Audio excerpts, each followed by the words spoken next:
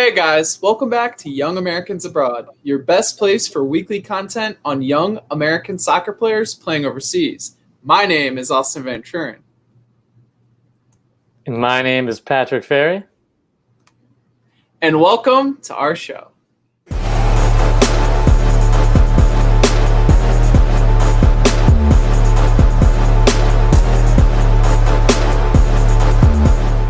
Well, guys, we're back today, and Pat, it feels like we're almost back in full capacity. It's good. Yeah, it feels good, Austin. It's about time. Again, a very strange 2020 that we're talking all this soccer and just resuming again in the middle of June here, but nonetheless, it's great to have it all back. True, and there's a lot of Americans playing now in this extended season, as we like to call it, and it helps us, do our jobs a little bit better. And Pat, it was a great weekend this weekend for the the American player. It really was, Austin, and especially it was great to have the Prem back, and especially seeing Captain America there scoring and leading the way in an epic comeback win. And we also had an American phenom in the Bundesliga making waves. And a man of the match performance for a young defender in the championship. So all that and more in this week's episode. All right, guys, we're going to start off talking about Captain America and Christian Pulisic over at Chelsea.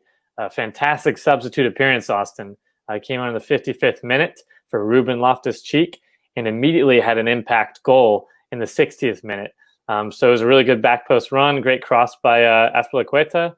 And again, Christian just composed finish, unmarked, but he was really pumped. You could see the energy and excitement, urging his team forward, bringing that dynamism back to the game. They were lacking that in the first half, and some more energy for Chelsea. And again, they were able to close out the 2-1 win. Olivier Giroud's goal and another Azpilicueta assist. So again, that kind of keeps Chelsea in fourth, safely ahead of Man United for now. And also only 4 points back, I believe, from Leicester with a game in hand. So, again, for most of the Premier League, as it's kind of getting underway here, rough, choppy first half, but Chelsea was really able to make some changes in that lineup, like I mentioned, and Christian just having an immediate impact, which is really important, Austin. Yeah, he definitely came right off the bench and made a big impact for Chelsea. So, a lot of us would have liked to see him start in this game, but Frank Lampard has his reasoning, which Pat, I think you got a quote on that or something. So it is what it is. So the best Christian Pulisic could do on the day was come off the bench and make an impact, and that's exactly what he did. So I think it was a great game from him on from that aspect, Pat. Absolutely, Austin, and just kind of reading here some of Lampard's quotes from the game. It seems like the way that Pulisic's performing and just having these big moments, and again, I know there's some competition, but maybe not even from the beginning, regularly starting and kind of really working his way and grinding his way in. But Lampard essentially really just said the difference between being a very good attacking player off the side or the players at the the real top level of the game who arrive and score in the 6-yard box, hit big numbers. He really said that, Christian, I really think Christian can do that. He will start games for us, of course, and just how hungry he is and desired. But again, like I mentioned, there is, and we've mentioned all season long with the competition and, again, some injuries here and there. But again, I still feel like Lampard really does like Pulisic. It's just, like you said, some of those lineup tinkering he has done. Maybe bringing some players next year will help, but I don't know. I still kind of like the situation that he's in. He just, will kind of get more minutes under his belt and get some more starts. But what are your thoughts, Austin? Yeah, I was gonna say, Frank Lampard's English, so if you're English, there's two players you have to stand by. One's Jack Grealish, and the other one's Ruben Loftus-Cheek. So I guess you can't fault the the English lad there, but no, I think that quote definitely shows how Frank Lampard values Christian and actually believes that he can be a top level player, and he's drawing on something that Christian's already shown in his time at Chelsea. So I think like you said, competition next year is going to get even harder, but this year I think Christian Pulisic's gonna gonna get minutes. Hopefully we see him start next week because of the impact that he played in this game. But even if he doesn't, Chelsea are going to be looking to get players to minutes off the bench with the 5 substitutions and all that good stuff. So it's just going to be up to Christian to kind of take the opportunities. He said he was in the best shape of his life or something to that effect before we got started here, because he's finally healthy now. I think he's in a good spot. So hopefully he can ride it out. Yeah, I couldn't agree more, Austin. And again, like you were saying too, Ruben Loftus-Cheek, great young player, but I think just the tactics and just how he was kind of playing, and again, that's not to blame him, and just in general, everyone's a little rusty coming back. Finally playing some games here after the extended period, off. It just seemed like he was a little disconnected with the team, and then when Pulisic did come on, just brought a different energy and pace to it, and really changed the tactics and just overall pace of the game. And Loftus-Cheek, a great big target, but when he had the ball at his feet kind of running, he looked a little lost, and that's something that Christian is able to add, some of that speed and pace. Maybe not that big target, that big number 9, essentially that center forward, but someone can kind of cut in and out and wreak havoc on the flanks there, and then obviously cut in and score some great goals. Yeah, I couldn't agree with what you said more. I think that's what Christian does, and that's what really Chelsea needed in this game, and I think they'll need that going forward this season. So didn't really get the decision to start Ruben Loftus-Cheek at left wing. It didn't really jive with me too well. Yeah. I mean, couldn't agree with it more, Austin. And like you brought up Christian just being in the best shape of his life, and I kind of even noticed too. It looked like maybe he was back in Hershey, PA. I looked at some weights. He looked a little bigger, a little stronger. I mean, again, like he's maybe horrible COVID situation, but a blessing in disguise for Christian to be able to recover and really hit the ground running. I just don't want him to end up as one of those super subs that again comes on in high impact situations and pressures there, but would really like to see him cement himself in the starting lineup. Yeah, I think, like you said, the time off was good for him, just to get back healthy, and that's not really what we want from him. So hopefully we'll see him start. I think on Thursday they play, who is it, Tottenham or Man City? I think it might be Man City. So that'll be a big game. Yeah, for sure. So I think that's it for Christian today. Now we're going to move over to Weston McKennie. So, Weston McKennie played 2 games last week. Midweek they played, him and Schalke played Frankfurt. And in that game he played 90 minutes and scored their lone goal in a 2-1 loss. So, again, Pat, Weston back on the score sheet of this game. Schalke didn't do so hot on the day, but Weston seemed like, keeps seeming like he's putting in really good performances. In this game he had, some really good defensive moments as well as offensive moments, getting forward and combining play. It's continuing that good play we've seen from him. And then this weekend, Schalke took on Wolfsburg, ended up losing 4-1. And Weston started and played 90 minutes in this game as well. And again, just put in a shift that, I think he individually could be proud of. It just seems like that's the narrative that's being run here with Schalke. It's Weston kind of doing his thing, which is good to see, but it's not really helping Schalke on the score sheet. But I guess that's all we can really ask for from our perspective. Right. Yeah, and again, great to see Weston starting all these games and having an impact going forward and then defending. But man, what is it, Austin, with Schalke? They just can't seem to get it together right now.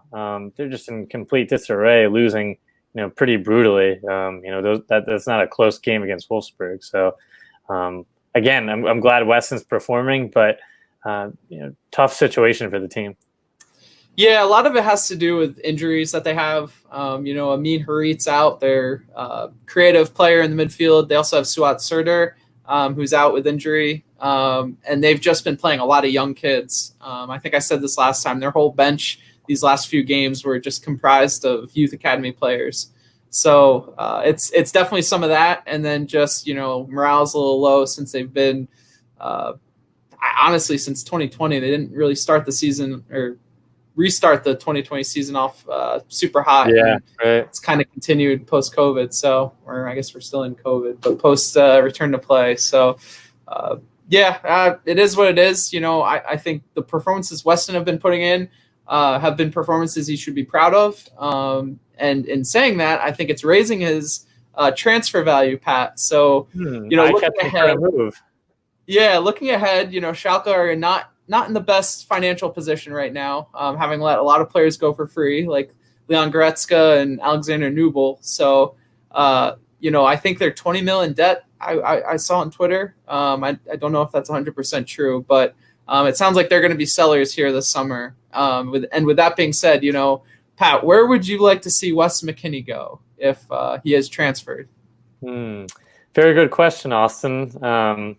Again, there's a few teams floating around here, and for the most part, a lot of them I was pretty happy that he was rumored or in the mix here, and saw some comments on Twitter and just doing some research on my own as well, and I really came to the conclusion that Leicester City would be very intriguing, interesting to me, just in terms of the way they play, young players, and just the style they have. And having Weston kind of in there with that physical, midfielder approach and kind of that defensive areas. Again, you kind of see, just an example of Ndidi and some of those other players just really physical and able to tackle the ball really well. And again, Leicester's a team that's just risen, obviously, the past few years, and that phenomenal run they had to the title, and they kind of kept up some pretty good momentum. Just battling here again in third for a Champions League spot looks imminent, which is great. It's such an intriguing move, for Weston to go to. Again, right now a top 4 team. Again, just and it's not like they're a Chelsea per se, honestly, or Liverpool or Man City, where I think he could really fight for a place there. But I know, Austin, you've mentioned some Bundesliga teams that were really intriguing as well. Yeah, I did. And thinking about Leicester City, that almost seems like a great place from his perspective, because, like you said, they're a team challenging for, the Champions League positions. They're currently in a Champions League position. So that means, next year, and I think it seems like they're going to finish in a Champions League spot, that they'll actually be playing in Champions League. So, that would definitely be a big draw to Leicester City. But yeah, I was looking at more of a, Bundesliga perspective, Bunda Americans, my account on Twitter, I'm a little partial to the Bundesliga a little bit more than others. So I kind of likened his situation to, looking at another player like Emre Can.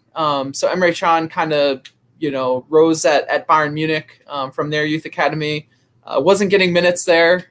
So then moved to Bayer Leverkusen and got minutes before then moving to Liverpool. So I was thinking that maybe Weston McKennie could look into a team like Bayer Leverkusen and kind of use them as a team, maybe stay 1 or 2 years, kind of groom himself a little bit more. He's still in a culture in Germany that he's comfortable with, and also going to a team that's consistently in that Champions League top 4, or at least right around there. So, yeah, looking at their team, they have a good amount of midfielders. Karim Demirbay is another player, that starts most games for them. Charles Aranguiz, the Chilean midfielder, is another one who's kind of a regular starter for them. Also Ezequiel Palacios from Argentina that they just signed.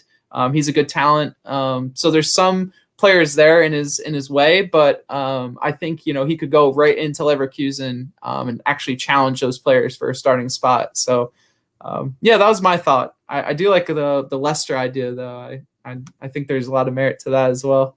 Yeah, I think it's very, very intriguing, just the options, the potential options that we could see. I hope Schalke can kind of figure it out here in Austin. But again, I think Weston is coming to a very interesting point in his career where he has, been playing more consistently in some spots here. And remember, we were just talking about not too long ago, just being thrown around all different areas and just kind of his rise from the academy. So it almost seems like, again, he's kind of, at that closing stage of his first club here, and that gave him that opportunity to get into the Bundesliga, and now it's kind of hoping to move on to bigger and better things. But again, not to rush him into any of these positions. If we don't see him for a top 4 Premier League club, like you mentioned, maybe some other moves initially to get him there after 1 or 2 more stages. But I certainly think he's kind of ready to take that next level up. Yeah, and I think so too. It's just, I mean, how do I put it nicely? Just the Schalke experience, I think, could start to take a toll on them here soon. It's a team, like I said, not in a good financial position, so they're not going to be buying, a bunch of players. I think you said it well, Pat. Like, this is a team that gave him his opportunity.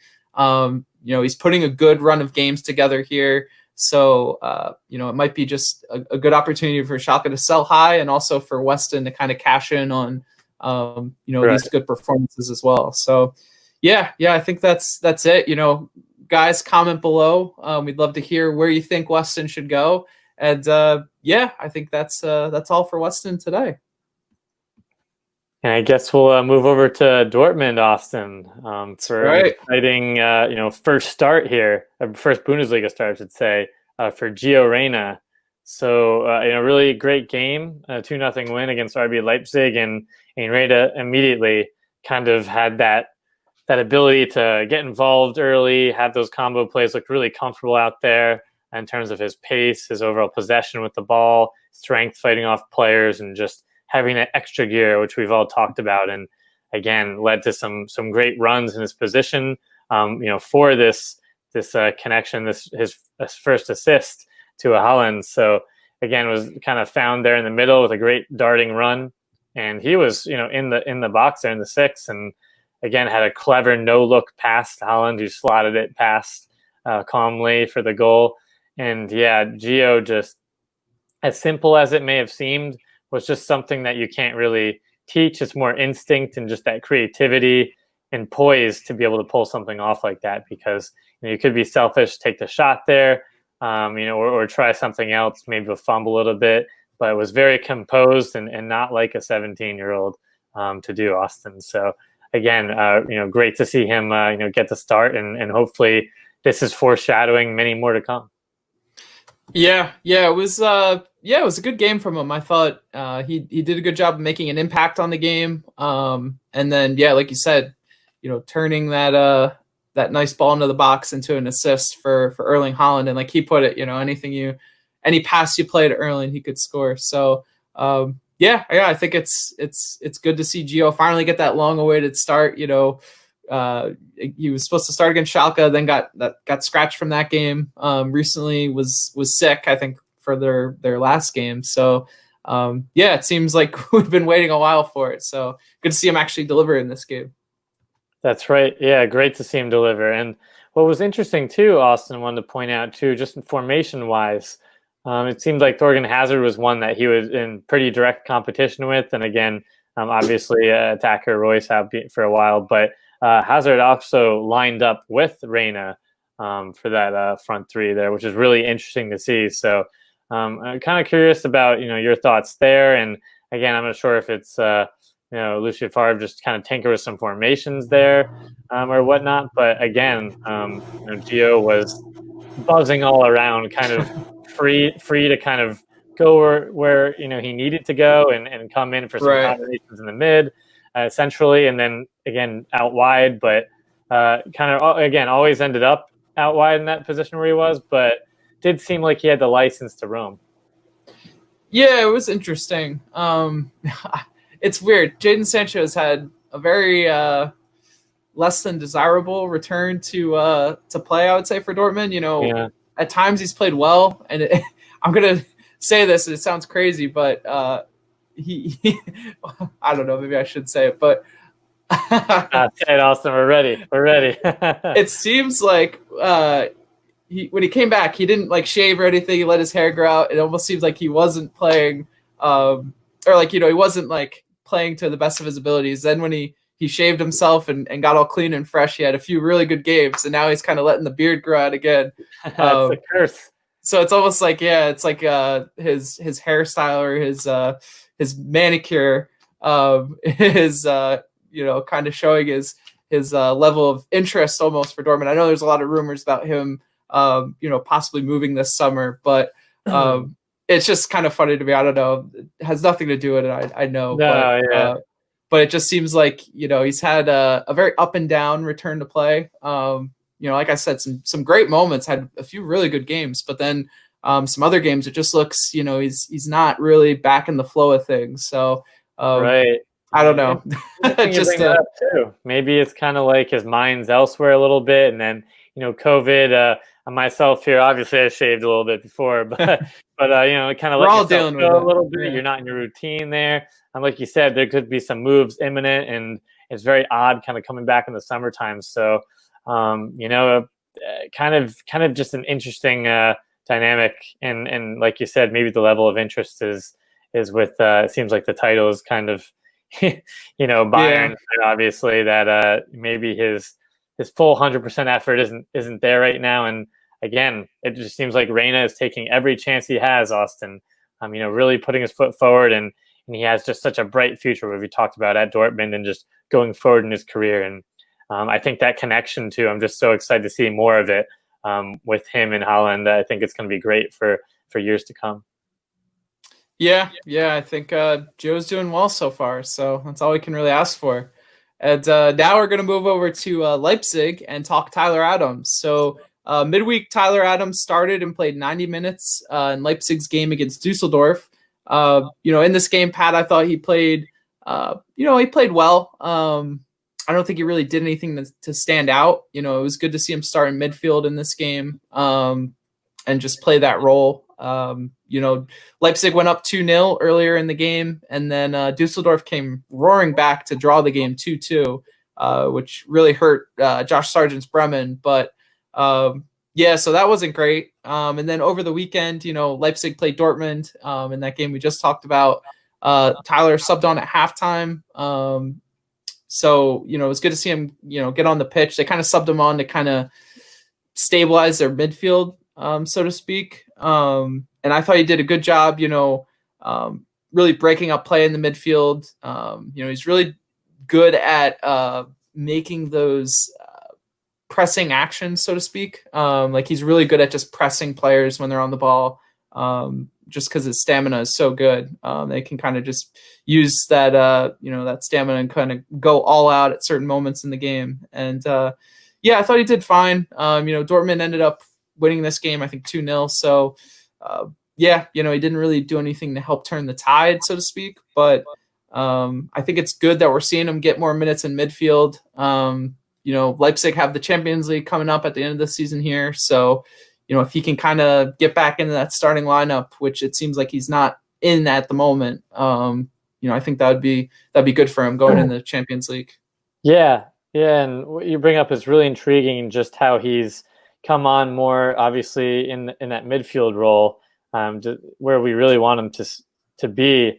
And he comes on to kind of stabilize the games. And we've kind of talked about that now a few times, which honestly, it didn't even connect for me until now. And it's kind of interesting how he's kind of carving out a role here right now. I know there's some competition, which you talked about a little bit off air with Campbell and some other players. I'm sure you can mention some more detail here. But it seems like he's really now being looked as that kind of substitute impact midfielder, but hoping he can kind of take that next step to consistently start, in a position like that. And again, I know there's a lot of the Champions League imminent for Leipzig, and I just hope he doesn't, get placed back into that outside back area.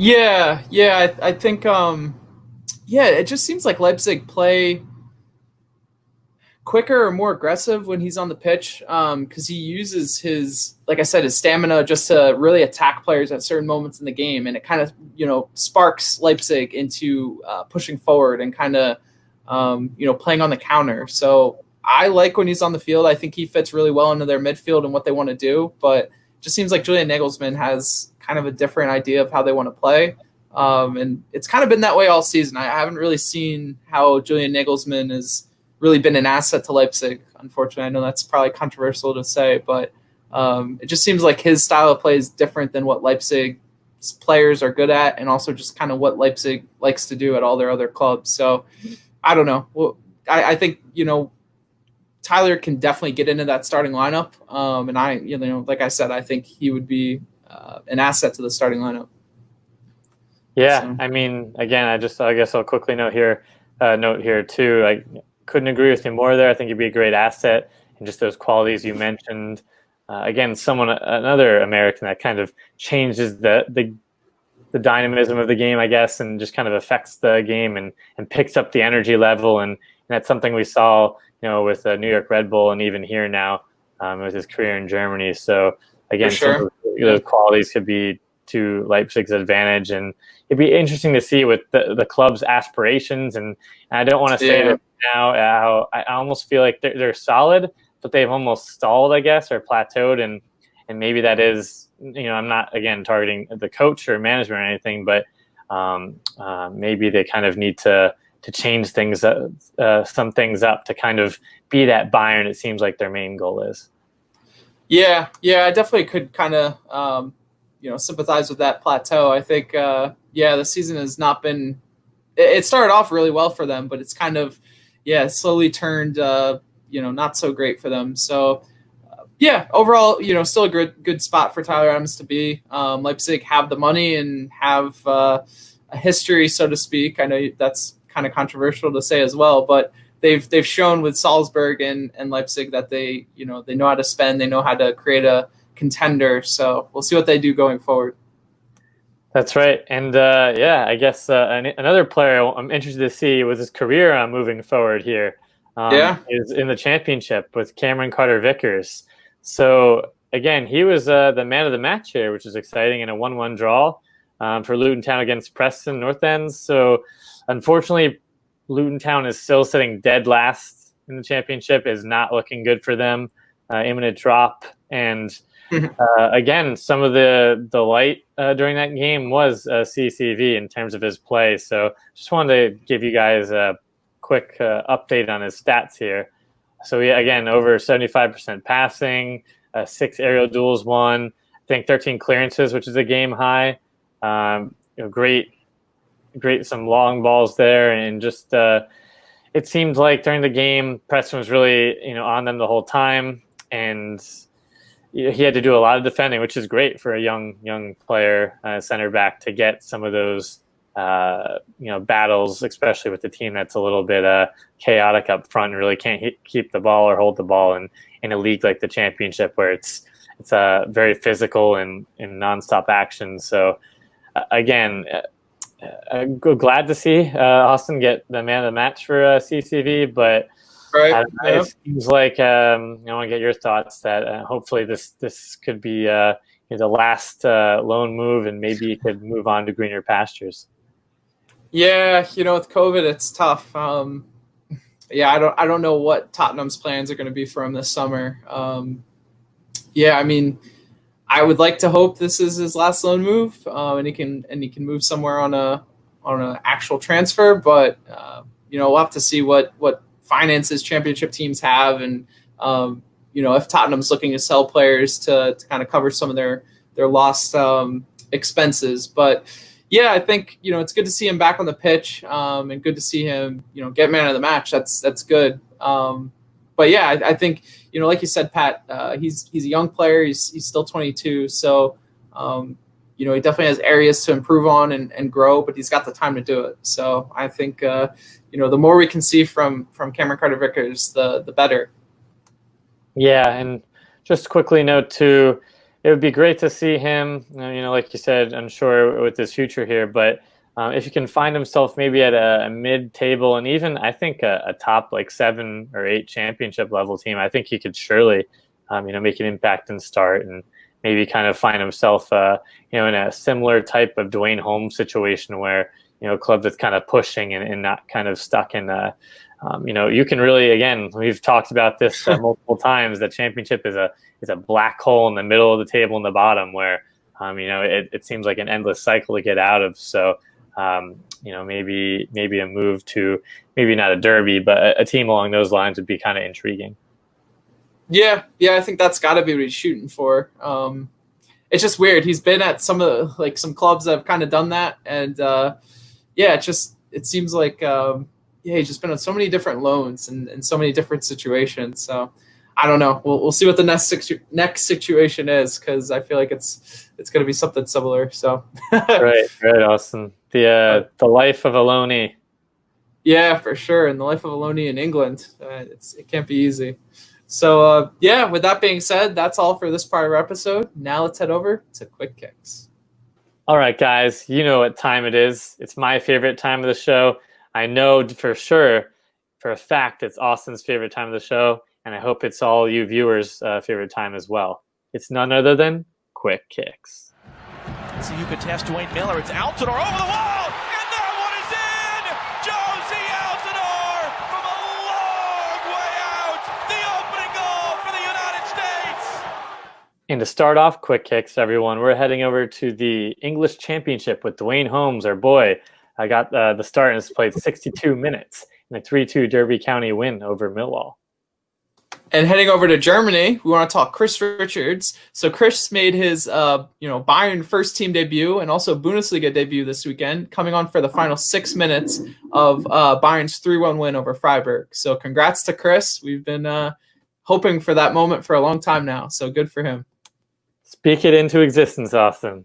And, that's right. We're heading over to the English Championship again, where Antonee Robinson started and was involved in the team of the week there. First performance in Wigan and a 2-0 win over Huddersfield. And it was a fantastic game, and wanted to quickly note too, Brian Schroeder mentioned it as well on Twitter, but it was his first game back since the procedure to correct an irregular heartbeat. So, great to see him in good health there. Yeah, that is really good to see. So, congrats to Antonee. That's a big return. And going back to Bayern, we have Taylor Booth, who started and played the first half of Bayern 2's 2-2 draw this weekend. So good to see Taylor finally getting minutes with the 2 team there. Nice. And heading over to Denmark with the Hobros in a relegation locked playoff battle. They had a 3-1 win against Elfsborg, and Christian Cappis and Emmanuel Sabbi both started. Had pretty crucial roles there. So it seems like Hobro always pulls out the wins when they really need to. They're clinical in those relegation playoffs. That's right. And going over to Poland, we have former Barcelona whiz kid Ben Lederman, who actually made his professional debut for, goodness help me, a Polish team called Rakow Setsokoła, playing the final 7 minutes there in Poland. So congrats to Ben. That was pretty solid pronunciation, I think, Austin.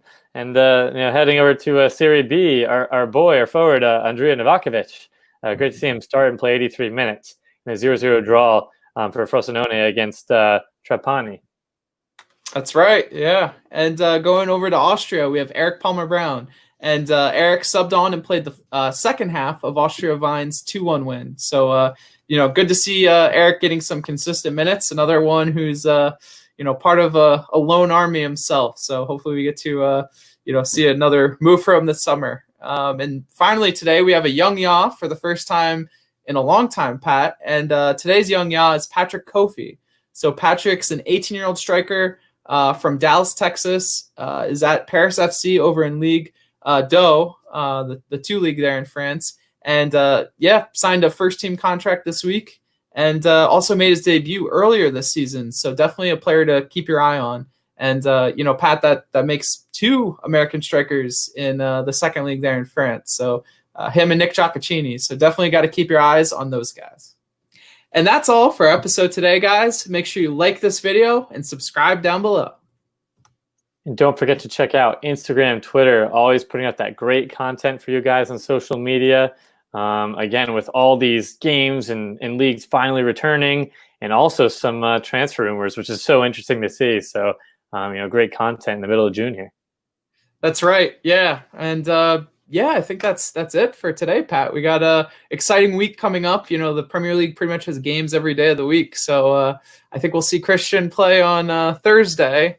And then the Bundesliga has their final slate of games this weekend. So, that's disappointing. But, we got some more footy coming back now. So that's right. Yeah, some leagues ending, some starting again. It's been crazy. But again, with this episode, we just had some great American performances, Austin, and I think all these players rising and just really performing at their clubs is kind of all leading to one thing.